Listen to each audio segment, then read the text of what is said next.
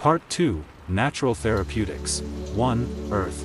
These chapters are written in order to introduce the reader to this most important branch of therapeutics and tell him how I have made use of these methods in my own life.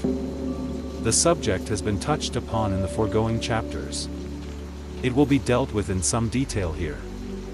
The science of natural therapeutics is based on a use, in the treatment of disease, of the same 5 elements which constitute the human body. To refresh the reader's memory, these are earth, water, ether, sunlight, and air. It is my effort to point out how they can be utilized for health purposes. Up till the year 1901, although I did not rush to doctors whenever I happened to get ill, I did use their remedies to a certain extent. I used to take fruit salt for constipation. The late Dr. Pranjivan Mehta, who had come to Natal, introduced me to certain drugs to remove general lassitude. This led me to read literature on the uses of drugs. Add to this a little more knowledge I gained by a certain amount of work I had put in at a cottage hospital in Natal. This enabled me to carry on for some time, but none of the drugs did me any good in the end. Headaches and loss of a sense of general well-being persisted. I was very dissatisfied with this state of things, and what little faith I had in medicines began to fade. All through this interval my experiments in dietetics were continued. I had great faith in nature cure methods, but there was nobody to help me with practical guidance in their use. With the help of whatever knowledge I could gather by reading little of nature cure literature, I tried to treat myself by diet regulation. My habit of going out for long walks also stood me in good stead, and thanks to that habit I did not have actually to take to bed. While I was thus managing to keep going somehow, Mr. Pollock handed me Just's book, called Return to Nature. He did not follow Just's instructions himself, except that he tried to regulate his diet more or less according to Just's teaching. But knowing me as he did, he thought I would like the book. Just lays great emphasis on the use of earth. I felt that I ought to give it a trial. For constipation, Just advises cold mud poultice on the lower abdomen. I made a mud poultice by mixing clean dry earth with water, packed it in a piece of thin cloth and kept it on the abdomen throughout the night. The result was most satisfactory. I had a natural well-formed motion the next morning, and from that day onwards I have hardly ever touched fruit salt. Occasionally, I feel the need of a purgative and take less than a dessert spoonful of castor oil early in the morning. The mud poultice should be 3 inches broad, 6 inches long and half an inch thick. Just claims that mud can cure man bitten by a poisonous snake. He would pack wet earth all round the body. I mention this for what it is worth. I would like to put down here what I have tested and proved for myself. It is my experience that a mud poultice applied to the head relieves headache in most cases. I have tried it in hundreds of cases. Headache may be due to several causes, but whatever the cause, as a general rule, an application of mud poultice relieves it for the time being. Mud poultices cure ordinary boils. I have applied mud to discharging abscesses as well. For these cases I prepare the poultice by packing the mud in a clean piece of cloth dipped in potassium permanganate lotion, and apply it to the abscess after washing clean with permanganate lotion. In the majority of cases this treatment results in complete cure. I do not remember a single case in which it has failed me. Mud application immediately relieves the pain of a wasp sting. I have used it in many cases of scorpion bite, though with much less success. Scorpions have become a nuisance in Sevagram. We have tried all the known treatments for scorpion bite, but none has proved infallible. I can say this, that the results of mud application are not inferior to those of any other form of treatment. In high fever, an application of mud poultice on the head and abdomen is very useful. Although it does not always bring down the temperature, it does invariably soothe the patient and make him feel better, so that the patients themselves ask for these applications. I have used it in several cases of typhoid fever. The fever no doubt runs its own course, but mud applications seem to relieve restlessness and abate the suffering. We have had about 10 cases of typhoid fever in Sevagram with complete recovery in every case. So that the inmates of the ashram are no longer afraid of typhoid fever. I have not used any drugs in the treatment of these cases. I have made use of other nature cure methods besides mud poultices, but about those in their own place. In Sevagram we have made free use of hot mud poultices as a substitute for antiphlogistin. A little oil and salt is added to the mud and it is heated sufficiently long to ensure sterilization. I have not told the reader what kind of earth should be used for mud poultices. In the beginning I used to procure sweet-smelling clean red earth. It emits a delicate smell when it is mixed with water. But this kind of earth is not easy to obtain. In a city like Bombay it is a problem to get any kind of earth. It is safe to use soft alluvial clay, which is neither gritty nor sticky. One should never use earth taken from manured soil. Earth should be dried, pounded, and passed through a fine sieve. If there is any doubt as to its cleanliness, it should be well heated and thus sterilized. Mud used as a poultice on a clean surface need not be thrown away after use. It can be used again and again after drying it in the sun or on fire and pounding and sieving it. I am not aware that mud poultice made out of the same earth again and again as described above, is any the less efficacious. I have myself used it in this way and did not find it any the less efficacious for repeated use. Some friends who regularly used mud poultices tell me that mud from Jumna's banks is particularly good for this purpose. Eating earth just writes that clean earth may be eaten in order to overcome constipation. 5 to 10 grams is the maximum dose. The rationale is said to be this. Earth is not digested. It acts as roughage and must pass out. The peristalsis thus stimulated pushes out the fecal matter as well. I have not tried myself. Therefore those who wish to do so, should try it on their own responsibility. I am inclined to think that a trial or two is not likely to harm anyone. 2. Water. Hydrotherapy is a well-known and ancient form of therapy. Many books have been written on the subject, but in my opinion the form of hydrotherapy suggested by Kuhn is simple and effective. Kuhn's book on nature cure is very popular in India. It has been translated in several languages of India. Andhra has the greatest number of Kuhn's followers. He has written a good deal about diet as well, but here I wish to confine myself to his experiments in hydrotherapy. Hip bath and sitz bath are the most important of Kuhn's contributions to hydrotherapy. He has devised a special tub for use, though one can do without it.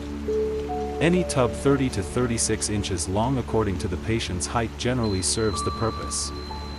Experience will indicate the proper size. The tub should be filled with fresh cold water so that it does not overflow when the patient sits in it. In summer the water may be iced, if it is not cold enough, to give a gentle shock to the patient. Generally, water kept in earthen jars overnight answers the purpose. Water can also be cooled by putting a piece of cloth on the surface of the water and then fanning it vigorously.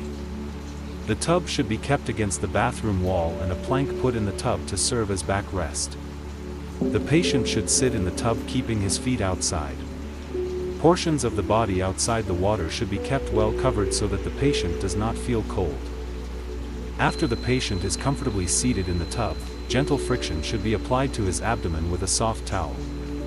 This bath can be taken for 5 to 30 minutes. When it is over, the body should be rubbed dry and the patient put to bed.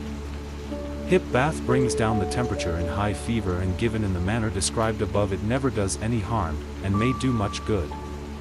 It relieves constipation and improves digestion. The patient feels fresh and active after it. In cases of constipation, Kuhn advises a brisk walk for half an hour immediately after the bath. It should never be given on a full stomach. I have tried hip baths on a fairly large scale. They have proved efficacious in more than 75 cases out of 100. In cases of hyperpyrexia, if the patient's condition permits of his being seated in the tub, the temperature immediately invariably falls at least by 2 to 3 degrees and the onset of delirium is averted. The rationale of the hip bath according to Kuhn is this. Whatever the apparent cause of fever, the real cause in every case is one and the same, i.e. accumulation of waste matter in the intestines. The heat generated by the putrefaction of this waste matter is manifested in the form of fever and several other ailments. Hip bath brings down this internal fever so that fever and other ailments which are the external manifestations thereof subside automatically. How far this reasoning is correct, I cannot say. It is for experts to do so. Although the medical profession have taken up some things from nature cure methods, on the whole they have given a cold shoulder to naturopathy. In my opinion, both the parties are to be blamed for this state of affairs. The medical profession have got into the habit of confining themselves to whatever is included in their own curriculum. They present an attitude of indifference, if not that of contempt, for anything that lies outside their groove. On the other hand, the nature curists nurse a feeling of grievance against the medicos and, in spite of their very limited scientific knowledge, they make tall claims. They take the spirit of organization. Each one is self-satisfied and works by himself instead of all pooling their resources for the advancement of their system. No one tries to work out in a scientific spirit all the implications and possibilities of the system. No one tries to cultivate humility, if it is possible to cultivate humility. I have not said all this in order to belittle the work of the naturopaths. As a lay co-worker, I wish them to see things in their true color so that they may make improvements wherever possible. It is my conviction that so long as some dynamic personality, from among the naturopaths themselves, does not come forward with the zeal of a missionary, things will continue as they are. Orthodox medicine has its own science, medical unions and teaching institutions. It has to a certain measure of success. The medical profession should not be expected to put faith, all of a sudden, in things which are yet to be fully tested and scientifically proved. In the meantime, the public should know that the speciality of nature cure methods lies in the fact that being natural, they can be safely practiced by laymen. If a man, suffering from headache, wets a piece of cloth in cold water and wraps it round his head, it can do no harm. The addition of earth to cold water enhances the utility of the cold pack. Now about the size or friction bath. The organ of reproduction is one of the most sensitive parts of the body. There is something elusive about the sensitiveness of the gland's penis and the foreskin. Anyway, I know not how to describe it. Kuhn has made use of this knowledge for therapeutic purposes. He advises application of gentle friction to the outer end of the external sexual organ by means of a soft wet piece of cloth, while cold water is being poured. In the case of the male, the gland's penis should be covered with the foreskin before applying friction. The method advised by Kuhn is this. A stool should be placed in a tub of cold water so that the seat is just about the level of water in the tub. The patient should sit on the stool with his feet outside the tub and apply gentle friction to the sexual organ which just touches the surface of the water in the tub. This friction should never cause pain. On the contrary, the patient should find it pleasant and feel rested and peaceful at the end of the bath. Whatever the ailment, the sitz bath makes the patient feel better for the time being. Kuhn places sitz baths higher than hip baths. I have had much less experience of the former than of the latter. The blame, I think, lies mostly with myself. I have been lax. Those whom I advised sitz baths have not been patient with the experiment, so that I cannot express an opinion on the efficacy of these baths, based on personal experience. It is worth a trial by everyone. If there is any difficulty about finding a tub, it is possible to pour water from a jug or lota and take the friction bath. It is bound to make the patient feel rested and peaceful. As a general rule, people pay scant attention to the cleansing of the sexual organ. The friction bath will easily achieve that end. Unless one is particularly careful, dirt accumulates between the foreskin and the gland's penis. This must be removed. Insistence on keeping the sexual organ clean and patiently following the treatment outlined above will make the observance of brahmacharya comparatively easier. It will result in making the local nerve endings less sensitive and unwanted seminal emissions less likely. To say the least, it is very unclean to allow seminal emissions to occur. Greater insistence on cleanliness should and will cause a feeling of revulsion against the process and make one much more particular than otherwise in taking all the precautions to avoid them. Having dealt with the 2 coon baths, a few words about wet sheet packs will not be out of place. It is very useful in pyrexia and insomnia. The method of giving wet sheet packs is this. Spread 3 or 4 thick broad woolen blankets on a cot and on top of them a thick cotton sheet dipped in cold water with the water wrung out. The patient lies flat on the wet sheet with his head resting on a pillow outside the sheet. The wet sheet and the blankets are wrapped round the patient, covering the whole body except the head, which is covered with a damp towel treated after the manner of the wet sheet. The sheet and the blankets are wrapped round the patient, so that outside air cannot go inside. Though the patient feels a gentle shock when first laid in the wet sheet pack, he finds it pleasant afterwards. In a minute or 2 he begins to feel warm. Unless the fever has become chronic, in about 5 minutes it begins to come down with sweating. In resistant cases I have kept the patient wrapped in the wet sheet pack up to half an hour. This has finally resulted in sweating. Sometimes, there is no sweating, but the patient goes off to sleep. In that case he should not be awakened. The sleep indicates that the wet sheet pack has produced a soothing effect and he is quite comfortable. The temperature invariably falls at least by 1 or 2 degrees as a result of the wet sheet pack. It was over 30 years ago that my second son suffered from double pneumonia and high fever resulting in delirium. I had a medical friend advising me as to his condition. I would not, much to his sorrow, try his prescription. But I tried water cure. I used to put him in wet sheet packs when fever shot up very high. After 6 or 7 days the temperature went down. So far as I remember I gave him nothing but water. But it is just possible that I gave him orange juice also, but nothing else. Typhoid supervened. It lasted 42 days. There was no treatment beyond simple nursing. I gave him milk and water for food. He had daily sponges. He was completely cured and is today the strongest and healthiest of all my 4 sons. At least this much might be said of the treatment, that he was none the worse of it. Wet sheet packs are also useful in the treatment of prickly heat, urticaria, other forms of skin irritation, measles, smallpox, etc. I have tried them on a fairly large scale for these ailments. For smallpox and measles cases, I added enough potassium permanganate to the water to give it a light pink color. The sheet used for these patients should afterwards be sterilized by soaking it in boiling water and leaving it in it till it cools down sufficiently, and then washed with soap and water. In cases where circulation has become sluggish, the leg muscles feel sore and there is a peculiar ache and feeling of discomfort in the legs, an ice massage does a lot of good. This treatment is more effective in summer months. Massaging a weak patient with ice in winter might prove a risky affair. Now a few words about the therapeutics of hot water. An intelligent use of hot water gives relief in many cases. Application of iodine is a very popular remedy for all sorts of injuries and the like. Application of hot water will prove equally effective in most of these cases. Tincture of iodine is applied on swollen and bruised areas. Hot water fomentations are likely to give equal relief, if not more. Again, iodine drops are used in cases of earache.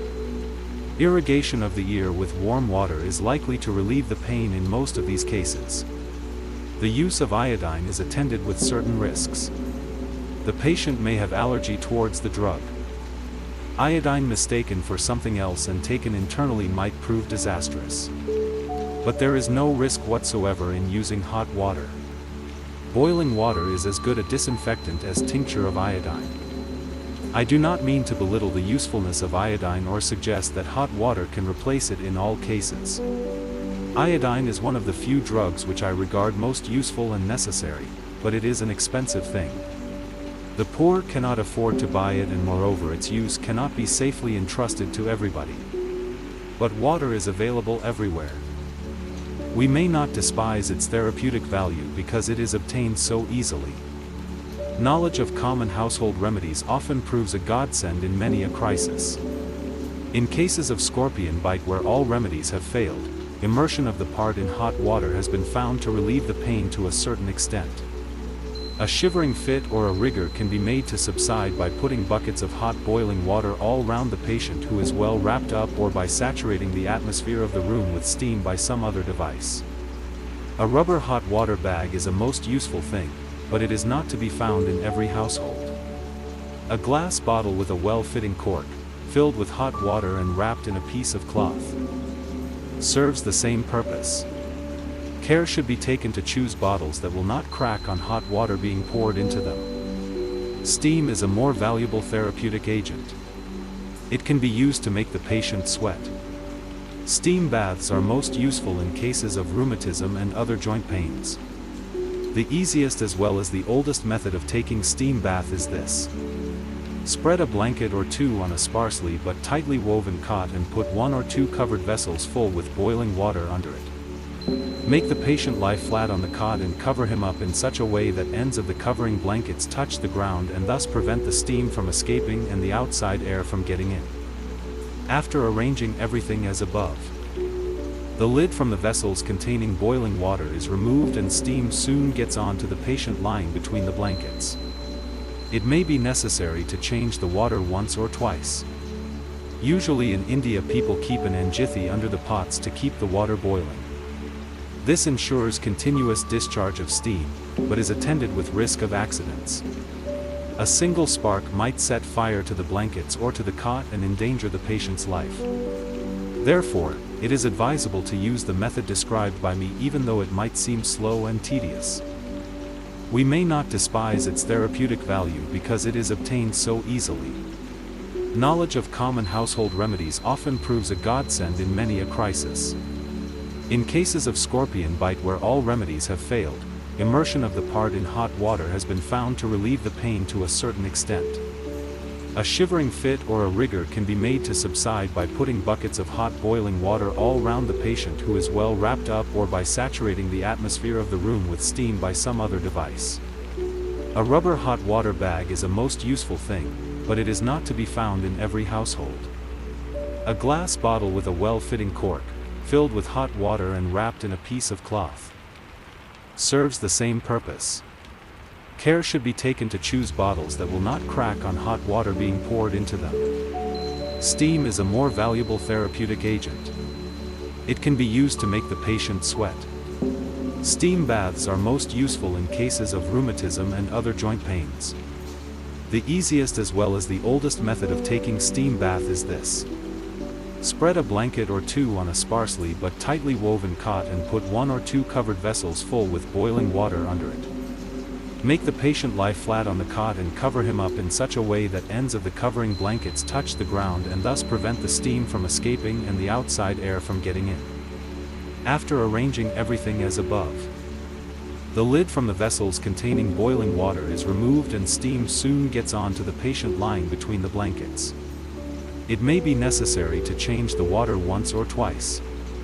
Usually in India people keep an angithi under the pots to keep the water boiling. This ensures continuous discharge of steam, but is attended with risk of accidents. A single spark might set fire to the blankets or to the cot and endanger the patient's life. Therefore, it is advisable to use the method described by me even though it might seem slow and tedious.